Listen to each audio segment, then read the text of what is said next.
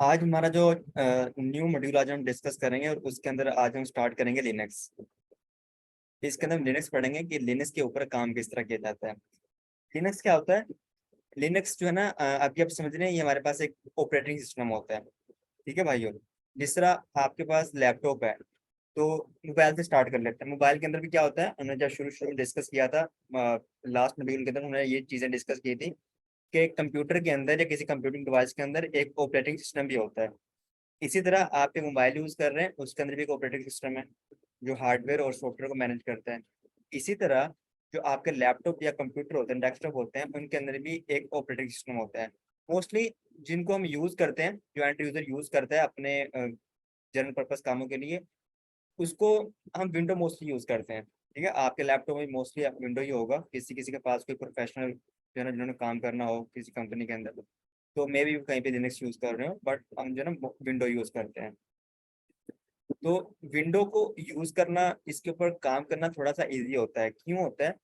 क्योंकि जो विंडो होता है ना, यहाँ पे आपको तमाम चीजें ग्राफिकली शो हो रही होती हैं, जीयूआई बेस्ड होता है ये। आप यहाँ पे किस तरह काम करते हो, आपने कोई फोल्डर बनाना है, वहां पे क्लिक करोगे, फोल्डर बना लोगे।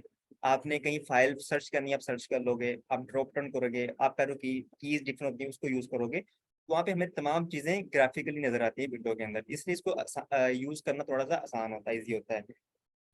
लिनक्स भी आसान होता है। लिनक्स के ऊपर काम करना मेरे ख्याल से विंडो से भी ज्यादा आसान होता है, लिनक्स के ऊपर काम करना। बट वो थोड़ा सा टेक्निकल होता है, मुश्किल हमें इसलिए लगता है क्योंकि हमने लिनक्स पहली दफा पढ़ रहे हैं, हमने पहले उससे हमारा इंटरेक्ट नहीं हुआ होता लिनक्स से। इसलिए हमें सम टाइम जो है ना वो शुरू शुरू में मुश्किल लगती है कि लिनक्स जो है ना, यहाँ पे कुछ कमांड होती हैं, जो भी हमने वहाँ पे काम करना है, हमें कमांड के थ्रू करना पड़ता है। ठीक है, आपने कोई भी यहाँ पे काम करना है, आप कोई भी यहाँ पे ग्राफिकली नजर नहीं आएगा। यहाँ पे आपको CLI एक होता है, उसके थ्रू सारा काम करना पड़ता है। CLI बेस्ड होती है लिनक्स। ठीक है, तो इसलिए जो है ना, वैसे आसान होती है, लिनक्स भी आसान होती है। बट जो मोस्टली हम लिनक्स ही यूज करते हैं। हम अगर कोई डेवलपमेंट वाला काम कर रहे हैं किसी कंपनी के अंदर, कोई डेवऑप्स इंजीनियर कोई भी क्लाउड के ऊपर काम कर रहे हैं, तो मोस्टली डेवलपमेंट्स होती हैं वो लिनक्स के ऊपर ही होती हैं। विंडो हम अपने पर्पसली यूज करते हैं। अगर हम अपने लैपटॉप को यूज कर रहे हैं कोई ऑफिस के लिए या घर के लिए, तो आप मोस्टली विंडो यूज करते हैं। ठीक है, बाकी जो प्रोफेशनल काम होते हैं उनके लिए हम लिनक्स ही यूज करते हैं, IT के अंदर। अब विंडो का आपको पता चल गया कि हमारे पास सब, आपके पास विंडो होगी। अभी जो स्टूडेंट क्लास ले रहे हैं, आपके लैपटॉप के अंदर भी जो है मोस्टली किसी के पास हो लिनक्स यूज कर रहा हो, बाकी मोस्टली के पास जो आप विंडो यूज कर रहे हो, मेरे पास भी विंडो ही है। अच्छा, अब यहाँ पे होता क्या है, अब लिनक्स कब कब आई? डिफरेंट ऑपरेटिंग सिस्टम थे जो हमारे पास ना, इसकी कुछ हिस्ट्री पढ़ लेते हैं कि किस तरह लिनक्स जो है ना वो डिस्कवर हुई, या किस तरह बनाया गया इसने लिनक्स को। तो कुछ इसके ऊपर डेवलपमेंट्स हुई थी। 1964 से इसको स्टार्ट किया था। एक साइंटिस्ट थे जिनका नाम नहीं याद, आई थिंक बेल नाम था उनका, किस तरह का नाम था। उन्होंने इसको स्टार्ट किया था किसी कंट्री के अंदर। तो उन्होंने ना इसको एक कोड था, उन्होंने एक मतलब ऐसा ऑपरेटिंग सिस्टम वो बनाना चाह रहे थे जहाँ पे मल्टी यूजर्स के ऊपर काम कर सकें, मल्टी यूजर काम कर सके और मल्टीपर्पज उसके ऊपर हम मल्टीटास्किंग कर सके। तो ऐसा ऑपरेटिंग सिस्टम वो बनाना चाह रहा था, एक साइंटिस्ट था बेल नाम से, 1964 के अंदर। तो उसने उसके ऊपर थोड़ा सा ना काम किया, थोड़ा काम करते करते उसने जो है ना उसको बाद में विड्रॉ कर लिया, और थोड़ी देर बाद जो है ना उसको अपने काम को खत्म कर दिया। उसने जो शुरू के ऊपर काम किया था ना, हमारे पास जो शुरू शुरू में आया था, वो जो शुरू में हमारे पास आया था, वो हमारे पास था ऑपरेटिंग सिस्टम यूनिक्स, ये आया था। पहले लिनक्स नहीं होता था, पहले यूनिक्स होता था। तो लिनक्स यूनिक्स से ही निकला है। ठीक है, तो सबसे पहले हमारे पास क्या होता था, यूनिक्स होता था, जो शुरू में बना था वेरी फर्स्ट डे के अंदर। जो शुरू शुरू में बना था वो यूनिक्स ही बना था 1964 के अंदर। बाद में यूनिक्स को उन्होंने चेंज भी किया, जो एक और इसका वर्जन उन्होंने क्रिएट किया, जो न्यू साइंटिस्ट। क्योंकि जिस तरह हमारे पास था ना, हमने फिजिक्स भी पढ़ी, हमने केमिस्ट्री पढ़ी, उसमें क्या होता था कि अगर कोई एक फार्मूला है, अगर कोई साइंटिस्ट उस फार्मूला को याद करता था, तो उस साइंसदान के जाने के बाद इस दुनिया से नेक्स्ट साइंसदान आता था, साइंटिस्ट आता था, वो उसके ऊपर मजीद काम करता था। ठीक है, उसके ऊपर जो भी उसकी अपनी राय होती थी वो देता था उस फार्मूला के ऊपर। फिर उससे जो नेक्स्ट साइंटिस्ट आता था वो उसके ऊपर काम करता था। इसी तरह हमारे पास जो पहले ऑपरेटिंग सिस्टम आया था वो आया था यूनिक्स। फिर इसके डिफरेंट वर्जन आ गए यूनिक्स के। इसके ऊपर डिफरेंट साइंटिस्ट आए, उन्होंने अपने अपने वर्जन इसके ऊपर काम किया, और यूनिक्स के ऊपर फिर उन्होंने यहाँ पे अपना एक और ऑपरेटिंग सिस्टम आया था यूनिक्स के नाम से, UNICS, यूनिक्स। ठीक है, तो ये पहले आया था और ये यूनिक्स बाद में आया था। बाद में एक्चुअली इसी बेस पे निकला था लिनक्स, बट उसको हम जो ना मोस्टली यही कहते हैं कि हम यूनिक्स बोल रहे हैं, तो इसको और इसके अंदर कोई ज्यादा डिफरेंशिएट नहीं रखा जाता। तो ये उसी का अपग्रेडेड वर्जन आप समझ लें। फिर क्या हुआ, फिर जैसे जैसे डेवलपमेंट होती रही, लोग तरक्की करते रहे दुनिया के अंदर, तो क्या हुआ, आईटी की फील्ड भी ग्रो होती रही, तो यूनिक्स भी ग्रो करता रहा। अब हुआ क्या कि हम जब कोई एप्लीकेशन या सॉफ्टवेयर बनाते हैं ना, तो उसका जो सोर्स कोड होता है, जो बैकएंड में कोड लिखा होता है, हम उसको संभाल के रखते हैं, हम किसी को देते नहीं है, ताकि वो उसका कुछ चेंजिंग ना कर सके। ठीक है, तो उसकी ओनरशिप हमारे पास ही होती है जहाँ से हमने बनवाया होता है। आप किसी सॉफ्टवेयर में से बनाते हो कोई सॉफ्टवेयर, तो वो आपको जो है ना, वो उसके सोर्स कोड समटाइम उससे हमें परचेज करना पड़ता है। तो वो जो सोर्स कोड होता है ना, वो आप उससे उसको बहुत एहतियात से रखना पड़ता है, ताकि कोई उसके अंदर चेंजिंग ना कर सके किसी भी एप्लीकेशन का। इसी तरह जब यूनिक्स लिखा था, जो हमारे पास यूनिक्स था, इसको जब बनाया गया था, तो इसके बैकएंड में क्या किया गया था, एक कोड लिखा गया था। हमारा विंडो ऑपरेटिंग सिस्टम है, तो इसके बैकएंड में भी क्या है, एक कोड चल रहा है। तो जितने भी एप्लीकेशन सॉफ्टवेयर होते हैं, बैकएंड में कोड ही चल रहे होते हैं, कोड प्रोग्राम रन हो रहे होते हैं, सॉफ्टवेयर होते हैं। तो जो यूनिक कोड था ना, जिन्होंने बनाया था, उन्होंने क्या किया, इसको ओपन सोर्स कर दिया। ओपन सोर्स का मतलब ये होता है कि इसका जो कोड है उसको इंटरनेट पे डाल दिया, पब्लिश कर दिया उन्होंने। मतलब कि इसको कोई भी चेंज करके अपना ऑपरेटिंग सिस्टम बना सकता है। ठीक है, फ्री था, इस तरह विंडो है, तो विंडो वाला ने ओपन सोर्स नहीं है।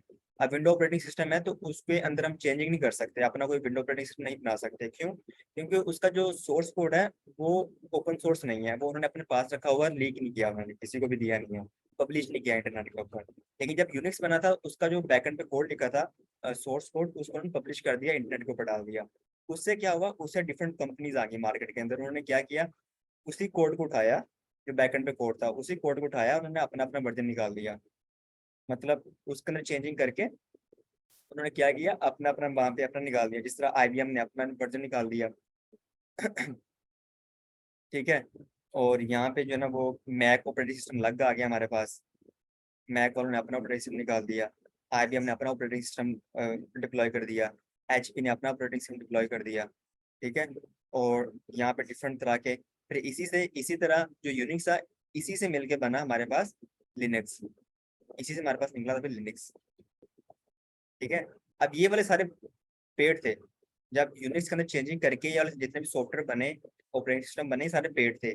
इनको यूज करने के लिए हमें पे करना पड़ता था, बहुत हैवी अमाउंट में पे करना पड़ता था पहले हमें। फिर हमारे पास क्या है, लिनक्स आ गया। यूनिक्स के अंदर डेवलपमेंट हुई, चेंजिंग की, तो उसका नेम चेंज करके क्या रख दिया उन्होंने, एक साइंटिस्ट था, उन्होंने यूनिक्स के ऊपर ही स्टडी किया, उसी को चेंज किया, कोड को चेंज करके डेवलपमेंट की, उसके अंदर कुछ न्यू कोड ऐड किए, तो उसको चेंज करके सोर्स कोड को उसने अपना ऑपरेटिंग सिस्टम बना दिया, जिसको हम कहते हैं आज के दौर में लिनक्स, या लिनक्स भी कहते हैं, डिफरेंट नेम से इसको आप प्रोनाउंस कर सकते हैं। ठीक है भाइयों, अब जब लिनक्स हमारे पास आया, तो लिनक्स के अंदर भी डिफरेंट कैटेगरीज आ गई। ठीक है, अब लिनक्स का जो हमारे पास बैकएंड पे कोड होता है, सोर्स कोड होता है, वो भी पब्लिश कर दिया उन्होंने, तो ये भी ओपन सोर्स है। जो लिनक्स होता है, ये भी हमारे पास क्या होता है, ओपन सोर्स होता है। अगर आप चाहें या मैं चाहूँ, तो इसका सोर्स कोड नेट से उठा के इसको हम चेंजिंग करके हम अपना ऑपरेटिंग सिस्टम भी बना सकते हैं। ठीक है, लेकिन विंडो के अंदर ऐसा केस नहीं होता। फिर लिनक्स के अंदर भी कुछ चेंजिंग आ गई, लिनक्स के अंदर भी फिर डिफरेंट फर्ज कर लें कंपनीज आ गई, उन्होंने यहाँ पे अपनी अपना अपना वर्जन निकाल दिया, जिस तरह फेडोरा आ गया। फेडोरा, इसके फ्लेवर आ गए, डिफरेंट कैटेगरीज आ गई, टाइप्स आ गई इसकी। ठीक है, वैसे इसकी डिस्ट्रीब्यूशन कहते हैं, इसके फ्लेवर्स कहते हैं, लिनक्स फ्लेवर्स होते हैं, बट आप समझिए किसी टाइप्स हैं, different types of Linux. Fedora अलग ऑपरेटिंग सिस्टम आ गया हमारे पास। ठीक है, फिर डेबियन अलग आ गया। आप समझ लें, वैसे कंपनीज तो नहीं है, आप समझ लें कि यहाँ पे डिफरेंट कंपनीज है। फेडोरा कंपनी, उन्होंने अपना ऑपरेटिंग सिस्टम बना दिया लिनक्स के अंदर चेंजिंग करके। डेबियन कंपनी आई, उन्होंने लिनक्स ऑपरेटिंग सिस्टम के अंदर चेंज करके अपना ऑपरेटिंग सिस्टम बना दिया। फिर हमारे पास रेड हैट तो कंपनी है हमारे पास, इन्होंने क्या किया, इन्होंने उसी सोर्स कोड के अंदर चेंज करके अपना ऑपरेटिंग सिस्टम बना दिया। ठीक है, और इस तरह और भी इसके अंदर डिफरेंट सूज है, डिफरेंट हमारे पास जो है ना, वो डिफरेंट ऑपरेटिंग सिस्टम यहाँ पे आगे मार्केट के अंदर। इस तरह अभी हम EC2 बना रहे थे, वर्चुअल मशीन बनाते हैं, तो उसके अंदर क्या है, अमेजोन का अपना ऑपरेटिंग सिस्टम आता है, अमेजोन लिनक्स के नाम से, AMI जिसको हम कहते हैं। ठीक है, तो वो भी कहाँ से निकाला उन्होंने, इसी के अंदर चेंज करके उन्होंने अपना ऑपरेटिंग सिस्टम निकाल दिया अमेजोन वालों ने। अमेजोन AMI, ठीक है, अमेजोन लिनक्स के नाम से, जिसमें वो कहते हैं कि अमेजोन लिनक्स और अमेजोन लिनक्स 2 के नाम से डिफरेंट वर्जन उसके होते हैं। ठीक है, तो हर कंपनी ने क्या किया, अपना अपना वर्जन निकाल दिया, उसमें चेंजिंग करके अपने अपने ऑपरेटिंग सिस्टम निकाल दिया, फेडोरा, डेबियन, रेड हैट, ये क्या लिखा है, अदर्स, सूजे वगैरह और भी कितने होते हैं, अमेजोन लिनक्स वगैरह। ठीक है भाइयों, तो इसके काफी बेनिफिट होते हैं कि अगर हम लिनक्स के ऊपर काम कर रहे हैं तो इसको यूज करना, इसके ऊपर काम करना तो इजी होता है। बट शुरू शुरू टेक्निकल लगेगा, मुश्किल लगेगा, बट यहाँ पे चीजें स्मूथली रन होती हैं, स्मूथली रन होती हैं। और इसका बेनिफिट ये भी होता है कि हमारे पास फ्री होता है। ठीक है, अगर आप विंडो ऑपरेटिंग सिस्टम यूज कर रहे हैं तो उसके अंदर क्या होगा, वो हमारे पास जो है ना फ्री नहीं होगा, उसको हमें पे करना पड़ेगा। अगर हम अपने पर्पज के लिए कर रहे हैं तो वो तो फ्री होता है, बट अगर हम उसको कोई कंपनी के अंदर यूज कर रहे हैं तो उनको फिर पे करना पड़ता है, तो वो काफी कॉस्टली होता है। एक हमारे पास विंडो ऑपरेटिंग सिस्टम होता है, एक हमारे पास होता है लिनक्स ऑपरेटिंग सिस्टम। उसका क्या होता है, ये पेड होता है, इसमें पे करना पड़ता है। कंपनीज होती हैं, अगर उन्हें यूज करना है तो उनको यहाँ पे पे करना पड़ेगा, लेकिन ये फ्री होता है, इसको फ्री कहीं से इंस्टॉल करके यूज कर सकते हैं अपने कंपनी के अंदर। तो ये काफी कॉस्टली होता है। आपको जिस तरह विंडो आपने यूज करना है माइक्रोसॉफ्ट, तो आपको उनसे लाइसेंस लेना पड़ेगा, उनको कॉस्ट पे करनी पड़ेगी, तो एग्रीमेंट्स होते हैं साल का, तो इस तरह आपको पे करना पड़ता है। फिर उनकी सिर्फ ऑपरेटिंग सिस्टम की कॉस्ट होती है, लेकिन उसके अलग जो उनकी प्रोडक्ट्स होती हैं, एक्सेल हो गया, वर्ड हो गया, तो उसकी अलग कॉस्ट आपको पे करनी पड़ती है, तो काफी कॉस्टली कट जाता है हमें। इसलिए मोस्टली हम क्या यूज करते हैं, लिनक्स ही यूज करते हैं मार्केट के अंदर या कंपनीज के अंदर। फिर विंडो के अंदर क्या होता है, विंडो जो है ना ये ओपन सोर्स नहीं होता, बट ये हमारे पास ओपन सोर्स होता है, इसके अंदर हम चेंजिंग कर सकते हैं।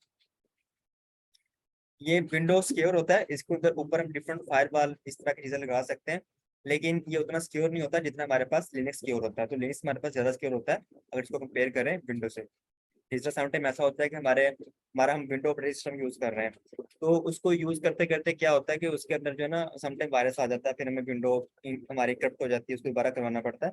लेकिन लिनक्स के अंदर जो है ना इस तरह के अटैक्स कम आते हैं। अगर आ भी जाए तो स्पेसिफिक फोल्डर के अंदर वो रहते हैं, हम उस फोल्डर को डिलीट कर दें तो वो जो हमारे पास वायरस वो फैलता नहीं है यहाँ पे। तो लिनक्स जो होता है उसको करना वो जरा मुश्किल होता है। ठीक है, उसको ऊपर टैग करना है या अगर उसको हैक करना जरा मुश्किल होता है, इसलिए जो लिनक्स होता है ये हमारे पास सिक्योर होता है। ठीक है भाइयों, तो वैसे हमने पढ़ते हैं कि जो हमारा लिनक्स है वो ऑपरेटिंग सिस्टम है। ठीक है, इसको ऑपरेटिंग सिस्टम भी कहते हैं, कोई ऐसा इशू नहीं है कि लिनक्स को हम ऑपरेटिंग सिस्टम भी कहते हैं। बट ये लिनक्स जो है ना ये ऑपरेटिंग सिस्टम एक्चुअली नहीं होता। लिनक्स को हमारे पास होता है कर्नल, ये कर्नल से मिलकर बनता है। ठीक है, कर्नल क्या होता है, kernel is a part of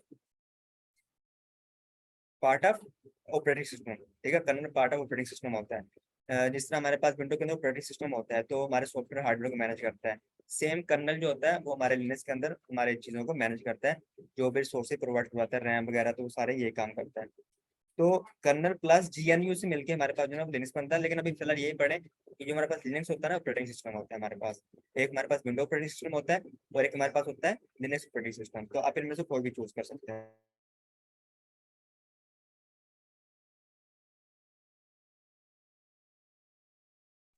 जी, तो अब हम पढ़ लेते हैं कि लिनक्स के अंदर क्या होता है। अगर फर्ज कर लें हम जो ना पहले विंडो की बात कर लेते हैं। विंडो के अंदर क्या होता है, अगर मैं आपको यहाँ पे डेस्कटॉप पे जाके दिखाऊं, तो मैं जाता हूँ माई पीसी एक्सक्यूज के मी अंदर। सर। जी पूछे।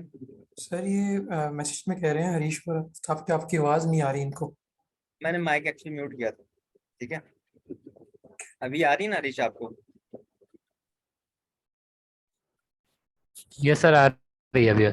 अच्छा, यहाँ पे देखिए हमारे पास क्या होता है, अगर मैं विंडो की बात करूँ तो यहाँ पे अगर हमने पार्टीशन नहीं की, ठीक है, फर्ज हमारे पास डी ड्राइव या इस तरह की ड्राइव नहीं है, तो हमारे पास सिर्फ क्या होता है, सी ड्राइव होती है बाइट फोल्ड। अगर हम विंडो यूज कर रहे हैं तो हमारे पास क्या होता है, सी ड्राइव होती है। इसके अंदर क्या होता है, हमारा हमारा जो ऑपरेटिंग सिस्टम होता है वो इसके अंदर इंस्टॉल होता है। सी ड्राइव में जो भी फाइल्स होती हैं उसकी, वो यहाँ पे आके इंस्टॉल होती हैं। ठीक है, तो यहाँ पे देखें एक हायरार्की होती है हमारे पास, यहाँ पे जितने भी फोल्डर्स होते हैं यहाँ पे होते हैं बाय डिफॉल्ट। जितने भी आपकी फाइल्स वगैरह होती हैं ऑपरेटिंग सिस्टम को रन करने के लिए, आपके यूजर्स फाइल्स जो होती हैं वो कहाँ पे होती हैं, एक्चुअली सारी यहाँ पे पड़ी होती हैं। ठीक है, तो आप यहाँ से एक्चुअली उसको एक्सेस कर सकते हैं, बट उसको मोस्टली जो है ना फिर हम उसकी पार्टीशन कर लेते हैं कि हमारी जो बाकी चीजें होती हैं वो हम यहाँ पे उसको सेपरेट रखते हैं, यहाँ पे रखते हैं अलग जगह के ऊपर, अलग ड्राइव बना के। इसी तरह लिनक्स के अंदर होता है। लिनक्स के अंदर क्या होता है, लिनक्स में अंदर भी इसी तरह की हायरार्की होती है एक तरह की। ठीक है, यहाँ पे एक्चुअली होता क्या है, अगर आपको यहाँ पे दिखाऊं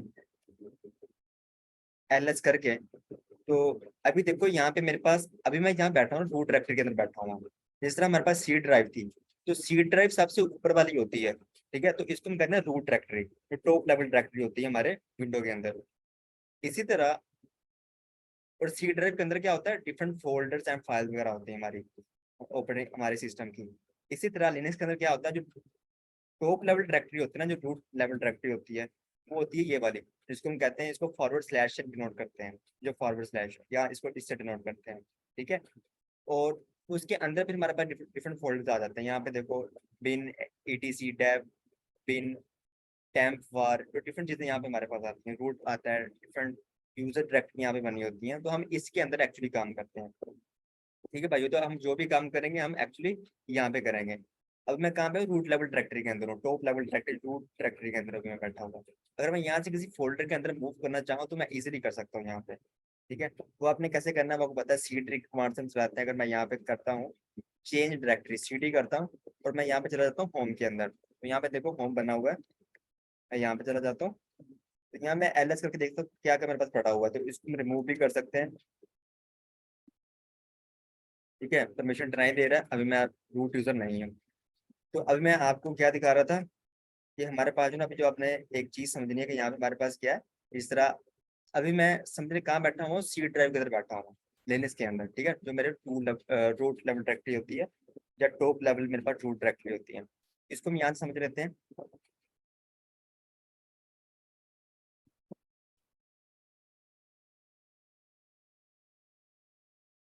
जिस तरह हमारे पास क्या होता है, विंडो के अंदर सी ड्राइव होती है, ठीक है। सी ड्राइव के अंदर हमारे पास डिफरेंट फोल्डर्स आ जाते हैं, हमारे पास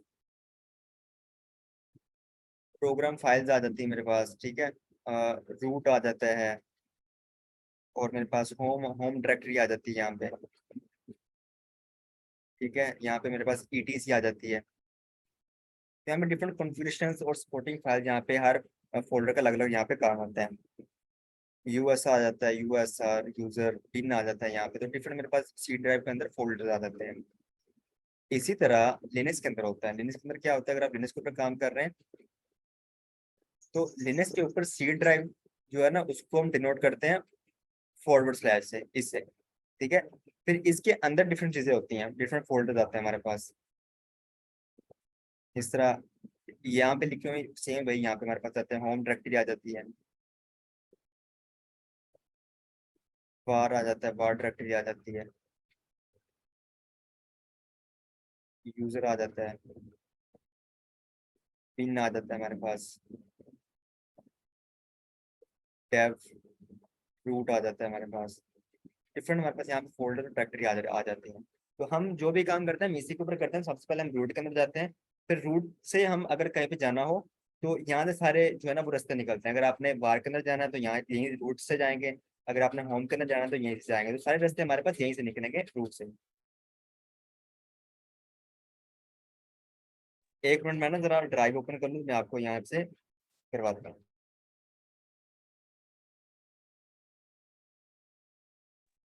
जी स्टूडेंट, तो हम क्या करेंगे, हम साथ साथ पढ़ते जाएंगे, जो भी कमांड हम सीखेंगे साथ साथ उसको हम यहाँ पे लिखते जाएंगे अपने डॉक्यूमेंट के अंदर। मैं डॉक्यूमेंट आपके साथ शेयर कर दूंगा सबके साथ। अगर आपने भी लैब परफॉर्म करनी हो, प्रैक्टिस करनी हो, तो आप यहाँ से इसको देख के कर सकते हैं, ठीक है। जो भी हम सीखेंगे डेली, आप उसको बाद में खुद से भी प्रैक्टिस कर सकते हैं घर में बैठ के, ठीक है भाइयों।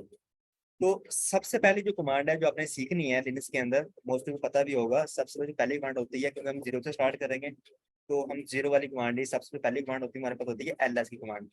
पहली कमांड गलत मैंने चला दी, ls की कमांड। कि अगर आपने देखना हो कि कौन कौन से फोल्डर्स और कौन कौन से मेरे पास फाइल्स पड़ी हुई हैं, अगर आपने ये चीज देखनी हो, तो क्योंकि यहाँ तो आप क्लिक नहीं कर सकते, बैक नहीं जा सकते, फॉरवर्ड नहीं कर सकते, यहाँ तो आपको कमांड ही लिखनी पड़ेगी, ठीक है। जो कि हमने यहाँ पे काम करना है आपको कमांड के थ्रू ही करना पड़ेगा। तो इसलिए हम यहाँ पे एक कमांड होती है ls की, इसका मतलब होता है लिस्ट करो कि मेरे यहाँ पे अभी मैं देखो कहाँ पे हूँ, रूट डायरेक्टरी के अंदर हूँ। ये फॉरवर्ड स्लैश का मतलब क्या होता है, मैं अभी सी ड्राइव के अंदर रूट डायरेक्टरी के अंदर हूँ। तो अगर मैं विंडो के अंदर ये काम करता, अगर विंडो के अंदर देखना होता कि सी ड्राइव के अंदर क्या पड़ी हुई है चीजें, तो विंडो के अंदर मैं क्या करता, सी ड्राइव पे क्लिक करता, तो उसके अंदर जाके इजीली देख सकता कि उसके अंदर क्या क्या चीजें पड़ी हुई, कौन कौन से फोल्डर पड़े हुए हैं।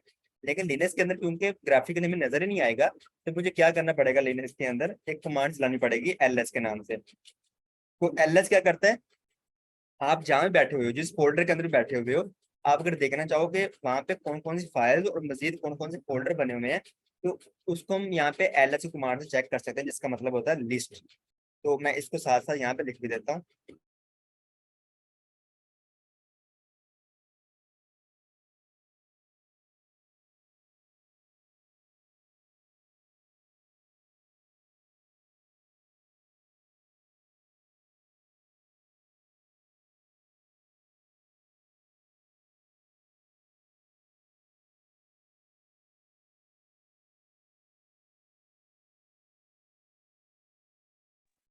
ठीक है, ये तुम्हारी होगी फर्स्ट कमांड, ये हमारी फर्स्ट कमांड होगी। इसके बाद हम नेक्स्ट चलते हैं। नेक्स्ट हमने क्या करना है, यहाँ पे अब आप देख सकते हैं, चलो इसको लास्ट में लिख लेंगे, इस तरह हमारा जो टाइम है ज्यादा वेस्ट होगा।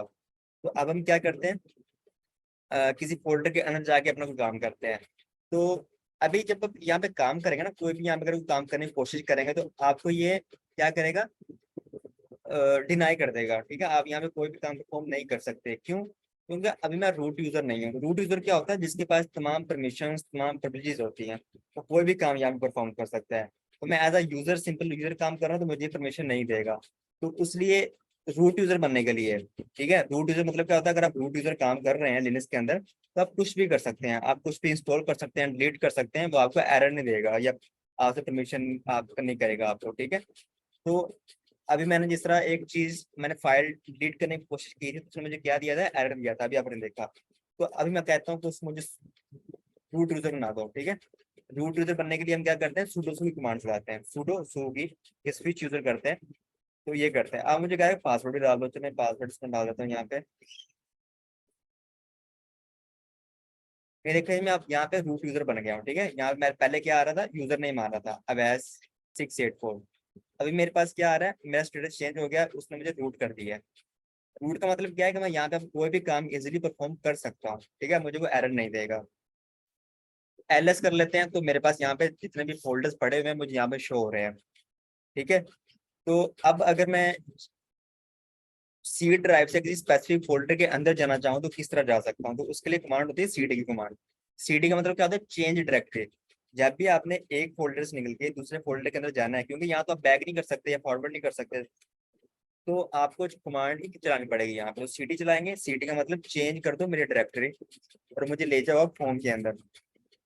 ठीक है, अब मैं देखो होम के अंदर आ गया हूँ। पहले मैं रूट के अंदर था, मैं होम के अंदर आ गया हूँ। अब मैं अगर यहाँ पे देखना हो कि एलएस करके कि यहाँ मेरे पास कौन कौन से फोल्डर पड़े हुए हैं, तो मुझे कह रहे हैं आपके पास एक फोल्डर बना हुआ है डायरेक्टरी के नाम से और एक फाइल बन पड़ी हुई है। यहाँ पे लिस्ट करने के लिए और भी कमांड चला सकते हो आप, एलएस हाइफन ए कर सकते हो। ठीक है, अगर आपने देख, कुछ हिडन फाइल्स भी होती हैं हमारे यहाँ पे, कुछ ऐसी फाइल्स होती हैं जो हम देख नहीं सकते, हिडन फाइल्स होती हैं। अगर आपने उनको भी देखना है तो आप एलएस हाइफन ए की मदद से चेक कर सकते हो। ठीक है, अगर आप यहाँ पे एलएल करते हो तो एलएल भी आपको लिस्ट ही करता है, लेकिन यहाँ पे आपको तमाम चीजें दिखा देता है, डिटेल में दिखा देता है कौन सी जो है ना वो फाइल है, कौन सी फाइल कब बनी थी, उसका साइज क्या है, और उसके ऊपर ये वाली सारी चीजें जो है ना, अब इसको आप रहने दें, इसको हम पढ़ेंगे। कुछ परमिशन होती हैं तो इसको हम पढ़ेंगे, इसको कौन कौन सी परमिशन लगी हुई है, तो आपको डिफरेंट चीजें बता देते हैं। ठीक है, एलएस हाइफन ए, एलएस और एलएल, तो डिफरेंट कमांड होती हैं, आप इसको एज अ लिस्ट के लिए यूज कर सकते हो।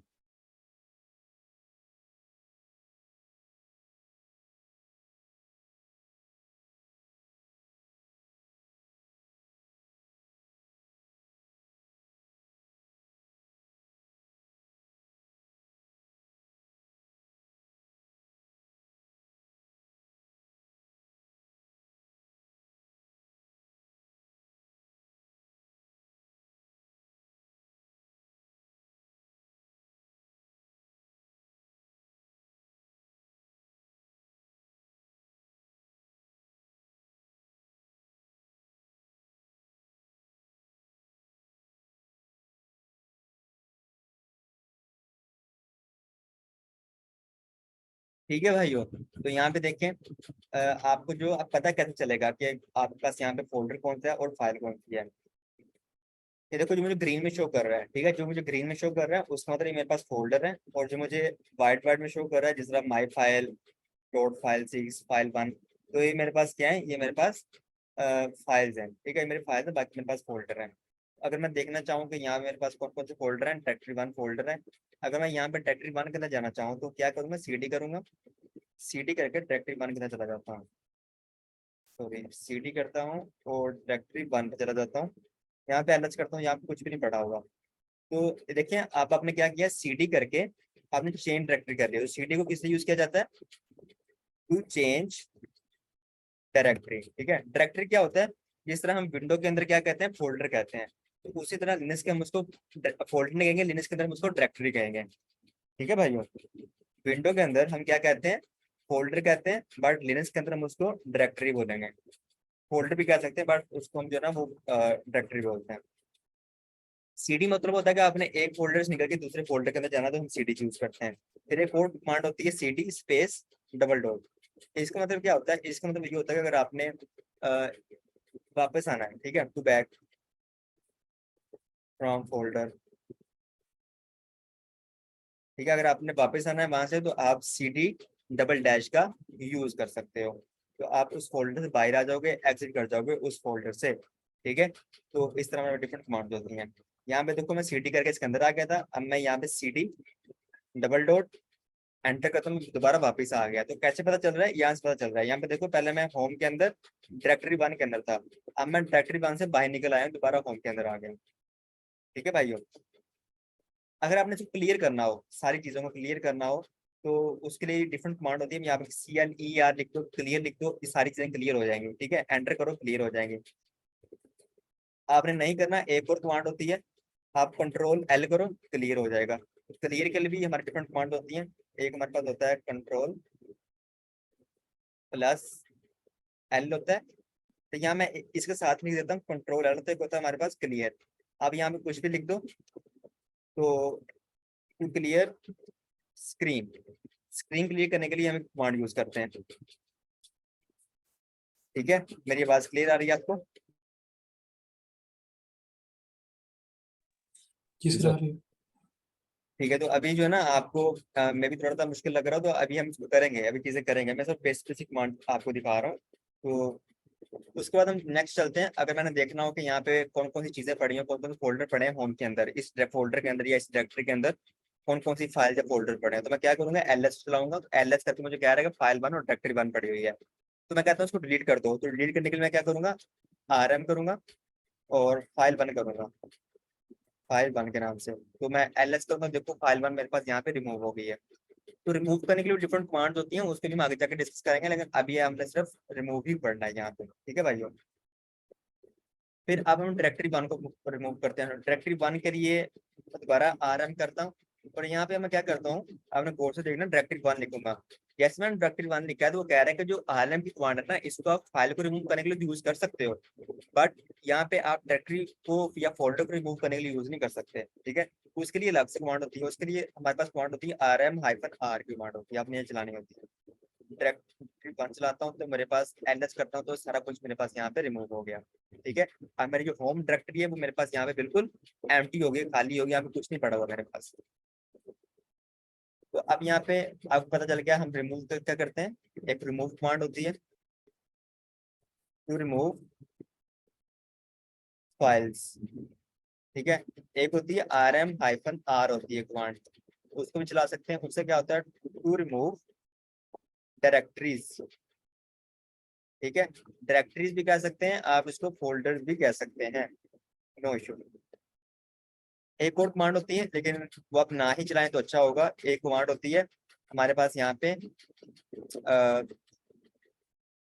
RM-RF होती है, most dangerous command it is assumed in Linux. बहुत खतरनाक कमांड ये होती है लिनक्स के अंदर। आप जैसे ये चलाएंगे तो आपका सारा कुछ है ना एकदम से डिलीट कर देगा। आप पूछेगा नहीं कि आपकी ये फाइल्स इंपॉर्टेंट है या किस तरह की है, कॉन्फिडेंशियल फाइल है, तो आपकी तमाम चीजें डिलीट कर देगा। इसी तरह ना इससे सर फाइल्स एंड फोल्डर दोनों?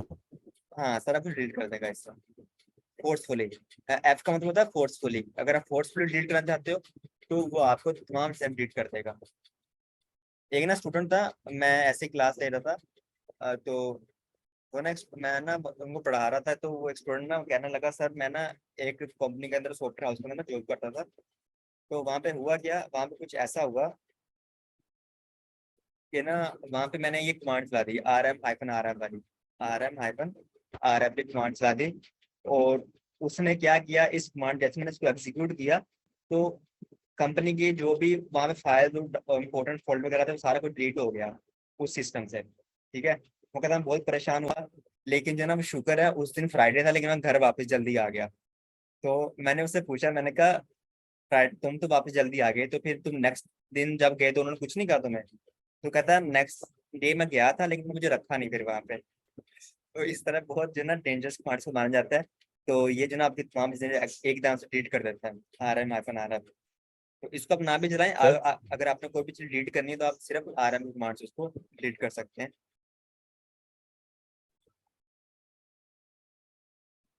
यहाँ पे मैं क्या करता हूँ, यहाँ पे मैं एक फोल्डर बना लेता हूँ होम के अंदर। यहाँ मैं उसको कहता हूँ भाई मेरे लिए ना एक फोल्डर बना दो। तो फोल्डर बनाने के लिए ना आपके पास एक कमांड होती है mkdir के नाम से। ठीक है, mkdir का मतलब क्या होता है कि मेक डायरेक्टरी, मेरे लिए एक डायरेक्टरी बना दो या मेरे लिए एक फोल्डर बना दो। तो मेक डायरेक्टरी, और मैं यहाँ पे उसको कह देता हूँ डायरेक्टरी 1। मैं इसको ये नाम दे देता हूँ, एंटर करता हूँ, ls करता हूँ, मेरे पास देखो एक डायरेक्टरी 1 के नाम से एक डायरेक्टरी बन गई है। अब मैं क्या करता हूँ, इस डायरेक्टरी के अंदर चला जाता हूँ, cd directory 1, sorry cd directory, sorry, आपने अगर कमांड चलाई है और वो गलत चल गई है तो आप जो आपके कीबोर्ड की अप एरो की है उसको भी यूज कर सकते हैं। ठीक है, डायरेक्टरी 1 cd चेंज कर दो डायरेक्टरी 1। मैं डायरेक्टरी 1 के अंदर चला गया हूँ, आपको यहाँ से भी शो हो रहा है होम के अंदर मैं डायरेक्टरी 1 के अंदर हूँ। ठीक है भाइयों, अगर आपने देखना हो कि मैं कहाँ पे बैठा हूँ इस वक्त तो आप PWD कर सकते हो।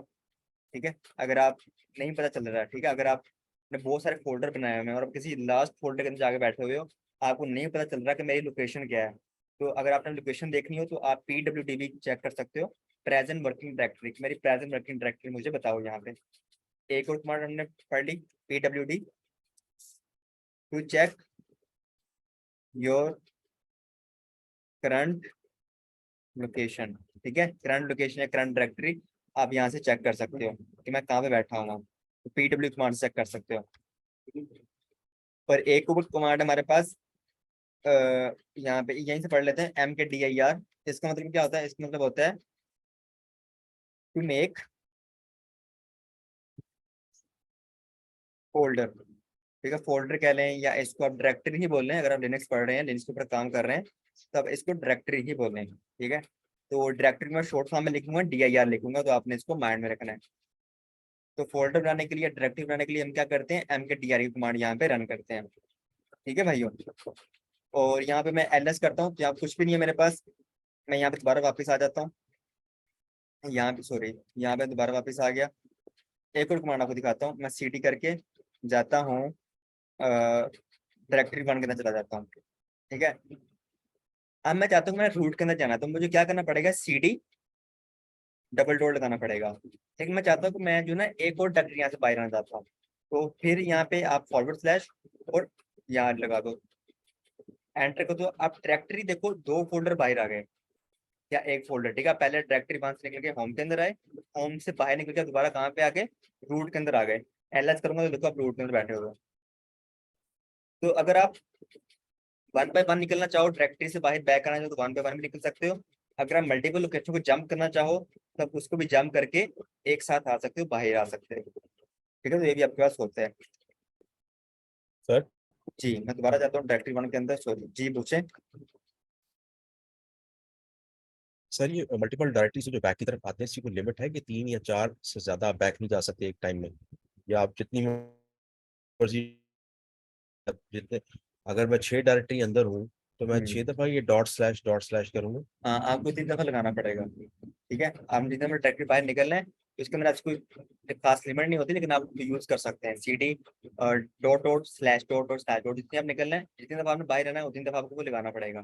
ठीक है, आप उतनी डायरेक्टरी बाहर आ जाओगे। ls किया तो मैं डायरेक्टरी 1 के अंदर हूँ। अब यहाँ पे अब हम क्या सीखना है, आज हम सीखेंगे कि हम लिनक्स के अंदर जो है ना फाइल्स किस तरह बना सकते हैं।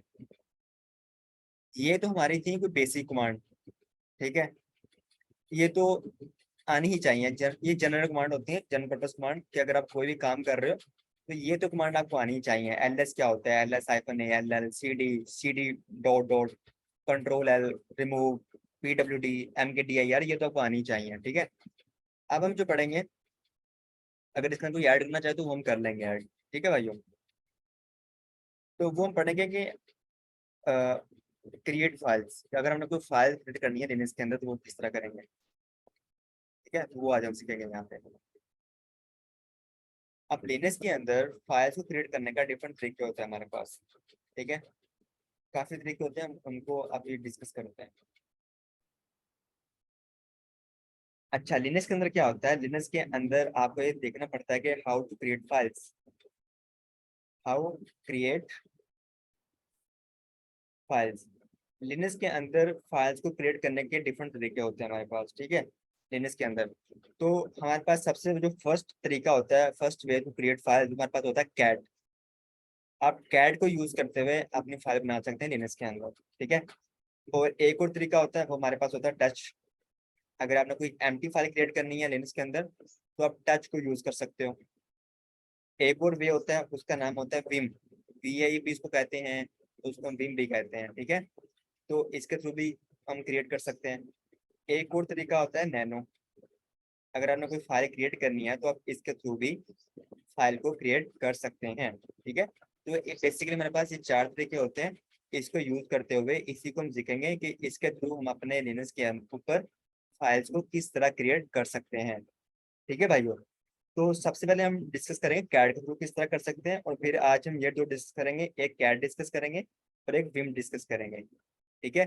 कल को हम टच पढ़ेंगे और नैनो पढ़ेंगे। इस तरह आहिस्ता आहिस्ता तमाम चीजें हम डिस्कस करेंगे।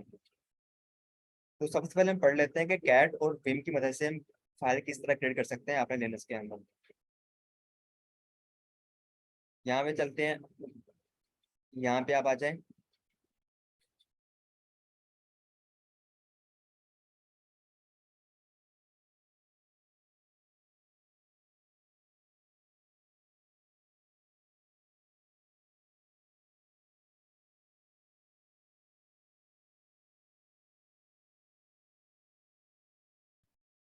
आई थिंक मैंने इसको ऑफ कर दिया था, तो दोबारा इसमें करना पड़ेगा लॉगिन। तो मैं सूडो शुरू कर लेता हूँ। सूडो शुरू किस लिए करते हैं? रूट यूजर बनने के लिए। तो मैं इसको यहाँ पासवर्ड डाल देता हूँ। मैंने पासवर्ड सेट किया हुआ है यहाँ पे, सॉरी, ठीक है। तो वो कह रहा है दोबारा बताएं, आप पासवर्ड लगाए हैं, अच्छा दोबारा लगा देते हैं, पहले गलत हो गया था।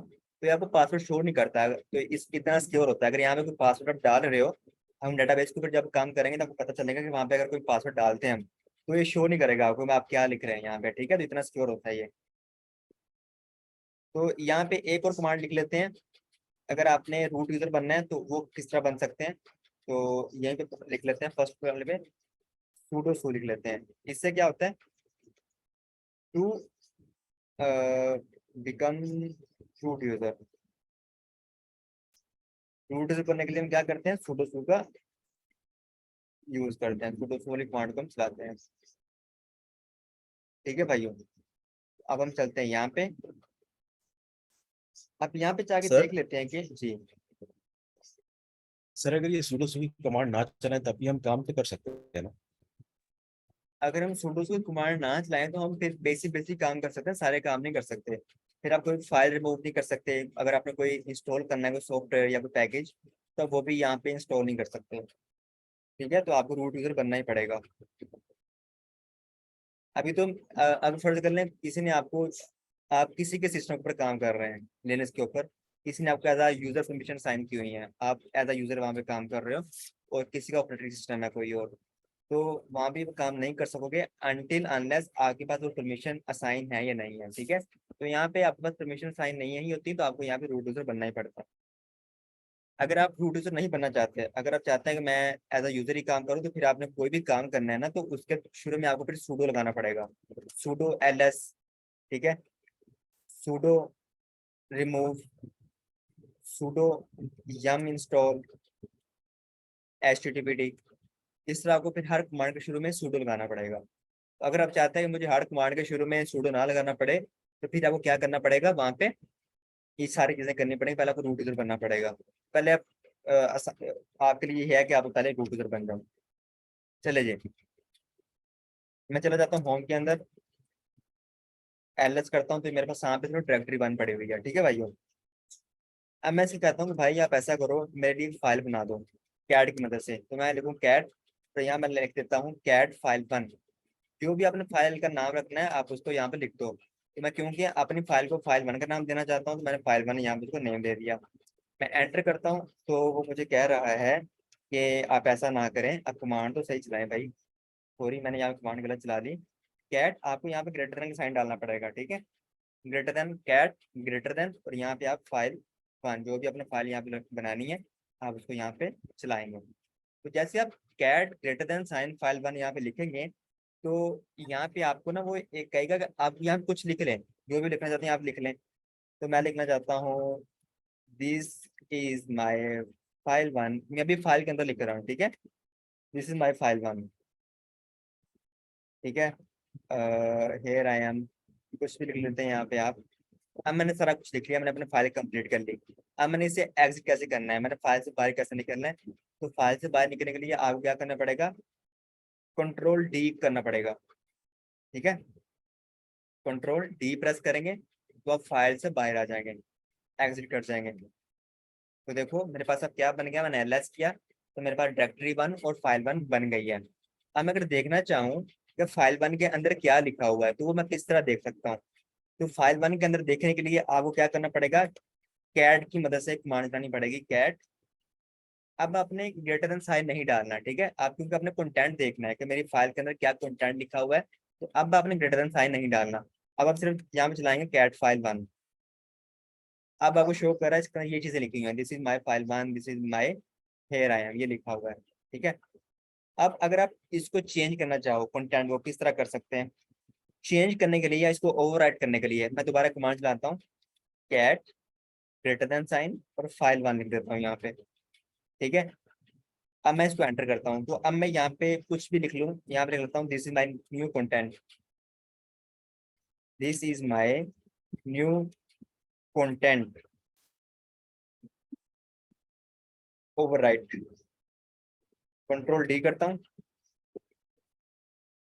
एलएस करता हूँ। देखो अभी मेरे पास डायरेक्टरी 1 फाइल 1 नहीं है। अब दोबारा मैं चेक करता हूँ कि फाइल 1 के अंदर मैंने जो दोबारा चीजें लिखी हैं वो अपडेट हो चुकी है कि नहीं हो चुकी।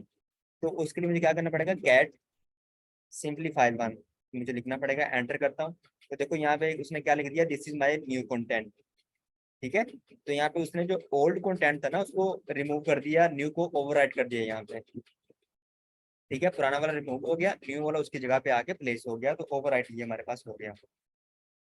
अगर आप ओवरराइट नहीं करना चाहते, ठीक है, फर्ज कर ले मैं दोबारा जाता हूँ इसके अंदर, फाइल 1 की तरफ जाता हूँ, मैं एक लेता हूँ this is my line 1, this is my line 1, ठीक है भाइयों।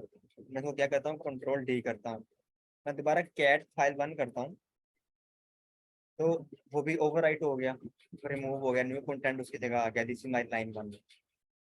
अगर आप चाहते हैं कि मैं जो मैंने पुराना कंटेंट लिखा हुआ है ये भी उसकी जगह रहे और न्यू कंटेंट जो मैं लिखूँ वो भी उसकी जगह आ जाए, तो उसके लिए फिर आपको क्या करना पड़ेगा, उसके लिए आपको यहाँ पे एक न्यू कमांड चलानी पड़ेगी जिसको हम कहते हैं, सेम वही कमांड होती है लेकिन वो होती है कैट ग्रेटर देन साइन होता है यहाँ पे, ठीक है। आप यहाँ पे ग्रेटर देन साइन डालेंगे, डबल ग्रेटर डालेंगे। अब यहाँ पे आप single greater than sign use नहीं करेंगे, डबल करेंगे, फाइल 1। अब कह रहा है अब यहाँ पे आप कुछ भी लिख लें, मैं यहाँ पे लिख रहा हूँ this is my file 2, sorry this is my line 2, control D करता हूँ, कैट फाइल 1 करता हूँ। तो देखो मेरे पास लाइन 1 वाला भी पड़ा हुआ है, लाइन 2 भी पड़ा हुआ है मेरे पास यहाँ पे, ठीक है। दोनों मेरे पास यहाँ पे कंटेंट शो हो रहा है। दोबारा उसको कर लेते हैं, कैट और फाइल 1 कर लेते हैं। अभी हम फाइल 1 के ऊपर ही काम कर रहे हैं, ठीक है, तो आपने परेशान नहीं होना। तो मैं उसको कह देता हूँ भाई यहाँ पे जो ना आप लिख दो हो दिस इज माई लाइन 3, ठीक है, ये मैंने लिख दिया यहाँ पे। और यहाँ पे आप कुछ भी लिख सकते हो, अब मैं कुछ भी नहीं लिख रहा, खैर। तो मैं यहाँ पे करता हूँ कैट फाइल 1 करता हूँ, तो देखो यहाँ पे शो हो रहा है this is my line 1, this is my line 2, this is my line 3। तो इस तरह अगर आप ओवरराइट से बचना चाहते हो तो आप इस तरह डिफरेंट चीजें यहाँ पे कर सकते हो, ठीक है भाइयों। यहाँ पे हम एक और काम कर लेते हैं, फाइल 1 के अंदर मैंने क्या लिखा था, फाइल 1 के अंदर ये कंटेंट पड़ा हुआ था, file 1 this is my line 1, line 2, line 3। इसको चेंज कर लेते हैं, कैट सिंगल डाल लेते हैं, ओवरराइट करना चाहता हूँ मैं इसको, फाइल 1 मैं यहाँ पे लिख देता हूँ दिस इज माई फाइल 1, ठीक है। कंट्रोल डी किया, दिस इज माई फाइल 1 उसके अंदर जाके सेव हो गई, कंट्रोल डी किया। तो अब क्या करना पड़ेगा, अब एक और फाइल बना लो यहाँ पे। क्या फाइल बनानी है आपने, कैट फाइल 2 बना लो यहाँ पे। इसके अंदर लिख देता हूँ दिस इज माय फाइल 2, ठीक है। और कंट्रोल डी करता हूँ, बाहर आ गया। अब मैं एलएस करता हूँ तो मेरे पास दो फाइल है, फाइल 1 और फाइल 2। फाइल 1 के अंदर क्या लिखा हुआ है आप देख सकते हैं, कैट फाइल 1 करें, सॉरी कैट फाइल 1 करें, this is my file 1। Cat file 2 करें, दिस इज माय फाइल 2, ये लिखा हुआ है, ठीक है। अब अगर आप ये वाला डाटा है इसको किसी तीसरे फोल्डर की या फाइल के अंदर आप इसको पेस्ट करना चाहते हो, वो आप किस तरह कर सकते हो। तो इसलिए आप करना पड़ेगा कैट फाइल 1 फाइल 2, मैं यहाँ पे ग्रेटर देन साइन डाल देता हूँ, ठीक है। तो मैं इसको लिख देता हूँ न्यू फाइल, एलएच करता हूँ। देखो मेरे पास यहाँ पे न्यू फाइल भी बन गई है। इससे क्या हुआ, मेरा फाइल 1 और फाइल 2 का डाटा जो है वो कहाँ पे जाके पेस्ट हो गया, फाइल न्यू फाइल के अंदर जाके उसका सेव हो गया। कैसे पता चलेगा, ऐसे पता चलेगा, कैट की मदद से पता चलेगा। कैट न्यू फाइल करें, देखो यहाँ पे this is my file 1, this is my file, दोनों डाटा यहाँ पे आपके पास सेव है, ठीक है भाइयों। तो इस तरह अगर आपके पास मल्टीपल फाइल्स के ऊपर काम करना चाहते हो तो आप कैट की मदद से उसको इजीली कर सकते हो, ठीक है। हमने देखो पहले फाइल 1 क्रिएट की, फाइल 2 क्रिएट की, उसमें डाटा लिखा, फिर हमने उन दोनों डाटा का, उन दोनों फाइल का जो डाटा है, जो कंटेंट है, तो उसको किसी तीसरी फाइल के अंदर जाके पेस्ट कर दिया। तो हम इस तरह कर सकते हैं उसके अंदर, ठीक है। तो ओवरराइट से किस तरह बचते हैं, ओवरराइट किस तरह करते हैं वो भी आपने देख लिया। अब हम नेक्स्ट चलते हैं नैनो की कमांड की तरफ, कि अगर हमने सॉरी विम की तरफ, कि अगर हम विम के थ्रू कोई काम करना चाहते हैं वो हम किस तरह कर सकते हैं। यहाँ पे मेरे पास कितनी फाइल पड़ी हुई है, फाइल 1 फाइल 2 न्यू फाइल, ठीक है। अब मैं यहाँ पे क्या करता हूँ, फर्ज कर लें आपने फाइल 1 के अंदर डाटा लिखा हुआ है ना, उसको एडिट करना है, ठीक है। तो एडिट करने के लिए मोस्टली जो ना एक एडिटर का यूज करते हैं, विम एडिटर होता है उसका यूज कर सकते हैं, ठीक है। तो उसकी कमांड होती है VI, इसके थ्रू आप फाइल 1 को भी ओपन कर सकते हो, ठीक है। आप अगर इसके थ्रू जो ना वो कोई और फाइल है, देखो दिस इज माय फाइल 1 ना के, अगर आप इसके थ्रू कोई न्यू फाइल बनाना चाहो तो वो भी बना सकते हो। अगर ये देखो अब जैसे VI की मदद से इसके अंदर आओगे और कुछ भी लिखने की कोशिश करोगे तो ये आपको लिखने की परमिशन नहीं देगा। तो आपको क्या करना पड़ेगा, आई प्रेस करना पड़ेगा। जैसे आई प्रेस करेंगे आप यहाँ पे कुछ भी लिख सकते हैं, this is my new content, ये लिख दिया मैंने यहाँ पे, ठीक है। दिस इज माय लाइन 3, ये लिख दिया मैंने यहाँ पे। अब सेव करना है इसको। सेव करने के लिए अब क्या करना पड़ेगा, सबसे पहले इसके प्रेस करना पड़ेगा। आपको जो कीबोर्ड है उसके जो लेफ्ट टॉप कॉर्नर पे एक बटन होता है एस्केप का, उसको प्रेस करेंगे, मैंने प्रेस कर दिया। अब मुझे क्या करना पड़ेगा, शिफ्ट दबा के कोलन प्रेस करेंगे, W प्रेस करेंगे, Q प्रेस करेंगे और एंटर प्रेस कर देंगे, तो मैं अपने फाइल से बाहर आ गया, ठीक है। अगर आप कैट के ऊपर काम कर रहे हो तो कैट से बाहर आने के लिए आप कंट्रोल D करना पड़ता है। अगर आप विम के ऊपर काम कर रहे हो, विम की मदद से कोई फाइल बना रहे हो, तो फिर उससे बाहर निकलने के लिए, एग्जिट करने के लिए आप क्या करना पड़ेगा, ये काम करना पड़ता है। मैं कुछ बारे बता दूंगा। अगर मैंने देखना हो कि अब मेरे फाइल 1 के अंदर कौन सा डाटा लिखा हुआ है, कैट फाइल में, तो देखो तो मैंने उस पर एडिट किया, मेरे पास यहाँ पे भी नजर आ रहा है। तो अगर आपने कोई चीज कैट की मदद से, अगर आपने कोई फाइल बना दी है, उसके अंदर आप कुछ एडिट करना चाहते हो, कोई न्यू लाइन ऐड करना चाहते हो, कुछ रिमूव करना चाहते हो, तो फिर आप विम का यूज करते हो। VI भी यूज लिख सकते हो, VIM भी लिख सकते हो, कुछ भी आप लिख लो, ठीक है। अब मैं क्या करता हूँ, VI की मदद से एक न्यू फाइल बना लेता हूँ, फाइल 3 के नाम से बना लेते हैं। अपने फाइल के अंदर आ गया, मैं यहाँ पे लिखने की कोशिश कर रहा हूँ, मुझे परमिशन नहीं दे रहा, तो मुझे क्या करना पड़ेगा, आई प्रेस करना पड़ेगा। आई प्रेस किया तो मैं यहाँ पे कुछ भी लिख सकता हूँ, मैं यहाँ पे लिख लेता हूँ दिस इज माई फाइल 3, ठीक है। This is new class. अब मैं क्या करता हूँ, इससे मैंने एग्जिट करना है, इस फाइल से बाहर निकलना है, तो कैसे करूंगा, सबसे पहले मैं escape प्रेस करूंगा, escape बटन। मैं जैसे escape प्रेस करूंगा आपको ये नीचे इंसर्ट नजर आ रहा है, चेंज हो जाएगा, ठीक है। मैंने प्रेस किया, खत्म हो गया। अब मुझे क्या करना पड़ेगा, शिफ्ट दबा के कोलन प्रेस करेंगे, मैंने शिफ्ट दबा के कोलन प्रेस किया तो यहाँ पे कोलन आ गया। W प्रेस करूंगा, W का मतलब होता है कि इसको सेव कर दो, Q का मतलब होता है कि इसको एग्जिट भी कर दो, ठीक है, सेव करके एग्जिट भी कर दो इसको। अगर आप फोर्सफुली करना चाहते हो तो आप यहाँ पे ये साइन का भी यहाँ पे यूज कर सकते हो। इसको आई थिंक क्या कहते हैं साइन को, हाइफन, खैर जो भी इसको कहते हैं, इस साइन का नेम होता है कोई, तो इसको भी मैं यूज कर सकता हूँ अगर फोर्सफुली यहाँ से एग्जिट करना चाहते हो। एंटर किया तो मैं अपनी फाइल से बाहर आ गया। एलएस करता हूँ तो मुझे यहाँ पे आप न्यू फाइल भी शो कर रहा है फाइल 3 के नाम से। अगर आपने कंटेंट देखना है तो कंटेंट तो आप कैट की मदद से ही देखेंगे, ठीक है। जब भी आपने कंटेंट देखना है तो कैट की मदद से ही देखेंगे। कैट फाइल 3 मैंने दिया तो देखो मेरे पास फाइल 3 का कंटेंट यहाँ पे मुझे शो हो रहा है, ठीक है भाइयों। तो आज हमने पढ़ा कि हम जनरल कमांड कौन से होते हैं लिनक्स के अंदर। अगर लिनक्स के अंदर हमने फाइल्स क्रिएट करनी हो तो कौन कौन से तरीके होते हैं जिसकी मदद से फाइल को क्रिएट किया जा सकता है। तो इसके अंदर हमने कैट पढ़ा और हमने वी की कमांड से पढ़ा कि वी की किस तरह यूज कर सकते हैं। फिर उससे एग्जिट किस तरह कर सकते हैं। अगर हम फाइल बना ली है उसको एडिट करना, ओवरराइट से बचना, ओवरराइट करना, चीज़ों को एडिट करना, फिर फाइल से एग्जिट करना, वो किस तरह कर सकते हैं वो भी हमने पढ़ लिया। अगर आपको ये सारी कमांड वगैरह चाहिए, मैं फाइल क्रिएट कर रहा हूँ, इसके अंदर सारी कमांड मैं लिख दूंगा, इससे ये होगा कि आप खुद ही प्रैक्टिस कर सकते हैं। अगर आपको फाइल चाहिए तो आपको ये लिंक के अंदर मिल जाएगी। मैं इसको जैसे ही वीडियो को अपलोड करूंगा तो इसके डिस्क्रिप्शन में आपको एक फाइल लिंक मिल जाएगा, आप इसको एक्सेस कर सकते हैं वहाँ पे जाके।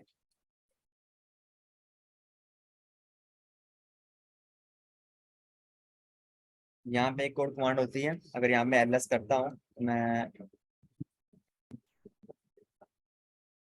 मेरे पास फाइल 3 न्यू फाइल बनी हुई है, ठीक है।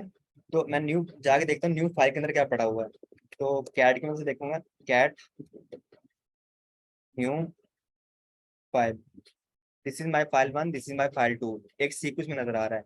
अगर आपने इसको ऑपोजिट देखना है, आप चाहते हैं कि जो नीचे वाली लाइन है मुझे पहले नजर आए और जो बाद वाली लाइन है मुझे मतलब रिवर्स ऑर्डर में मुझे नजर आए चीजें, तो अब यहाँ पे क्या करोगे, टैग यूज करोगे, टैग न्यू फाइल, ठीक है। तो यहाँ पे देखो आपको रिवर्स में शो हो रहा है, this is my file 2, this is my file 1।